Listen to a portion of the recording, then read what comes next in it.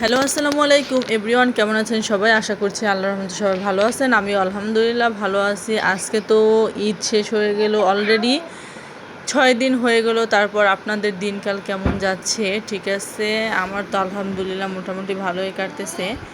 হ্যাঁ, তো ঈদের ভিতরে ঠিক আছে মাছ, মাংস, তারপর হচ্ছে গরু খেয়ে আর ভালো লাগে না, তাই চিন্তা করলাম ন্যাচারালি কি রান্না করা যায়। হ্যাঁ, আজকে আমি যে রান্নাটা করতেছি এইটা কিন্তু অনেক জমিদারেরা খায়ই না। ঠিক আছে, অনেক জমিদারের মানে বউয়েরা আছে বলে কি না আমরা গোশ খেয়েই মানে মাংস খেয়েই কুল পাই না, হাত পা কখন খাবো। ঠিক আছে, যাই হোক, আমি আবার এত জমিদার না। ঠিক আছে, তো আমার বাসার জন্য কিছু রোস্টের জন্য মুরগি এনেছিলাম। ওই মুরগির হাত পা গুলো আমি কি করব সেজন্য চিন্তা করলাম একটু ভুনা করে ফেলে, তাই মুরগির হাত পাগুলো রান্না করার জন্য আমি এইদিকে হচ্ছে পেঁয়াজটাকে ভালো করে লালচে করে, আসলে মানে মাংস কষানোর জন্য যা যা ইনগ্রিডিয়েন্টস লাগে সব দিয়েই কিন্তু আমি ভালো করে মশলাটা কষিয়ে নিচ্ছি। এখন এই কষানো অবস্থায় কিন্তু একটু ঝোল দিয়ে দিলাম যাতে মশলাটা না পুড়ে যায়। এখন হচ্ছে এখানে অ্যাড করে দিলাম মরিচের গুঁড়া, হলুদ গুঁড়ো। এখন এই মশলাটাকে ভালো করে কষিয়ে নিব।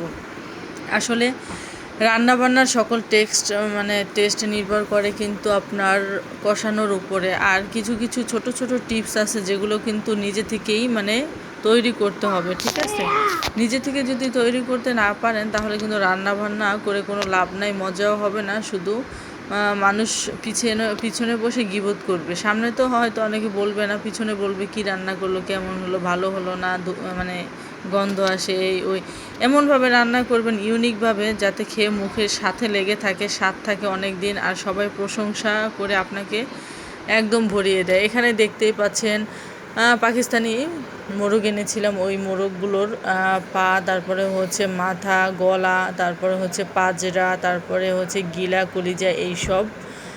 তো এটা হচ্ছে কষিয়ে কষিয়ে ভুনা করব, কোনো প্রকার আলু বা কিছুই অ্যাড করব না। আসলে এভাবে ভুনা করলে আমার হাজব্যান্ড একটু খাবে আর কি, সেজন্যই আর কি এভাবে করব, কারণ এটার সাথে আলু দিলে ভালো লাগবে না। এখন কষানো কিন্তু মোটামুটি ভালোভাবে হয়ে গেছে। এদিকে কিন্তু আমি ঝোল অ্যাড করে দিছি। ঝোলটা যখন একটু ঘন ঘন হয়ে আসবে, মানে এখন বলকানোর পরে যখন ঘন ঘন হয়ে আসবে তখন কিন্তু আমি এটার ভিতরে হচ্ছে নামানোর আগে আগে কিন্তু মানে টালা জিরার গুঁড়া যেটা ইনস্ট্যান্ট, ওইটাই কিন্তু আমি উপর দিয়ে ছড়িয়ে দিব, তাহলে কিন্তু অনেক ভালো লাগবে। আসলে দেখেন, আমি বাসাতে যাই রান্না করি না কেন, ঠিক আছে, আলহামদুলিল্লাহ মানে সবাই বলে মজা হয়েছে।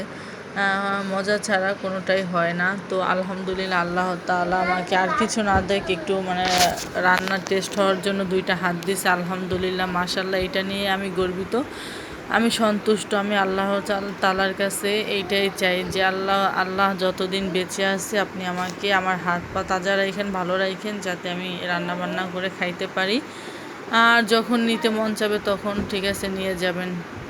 এইটাই, মানুষ মাত্রই মরণশীল মরতে হবে, তাই এটা তো আর স্কিপ করা যাবে না। ঠিক আছে, ভালো থাকবেন সবাই, টেক কেয়ার অল, আল্লাহ হাফেজ।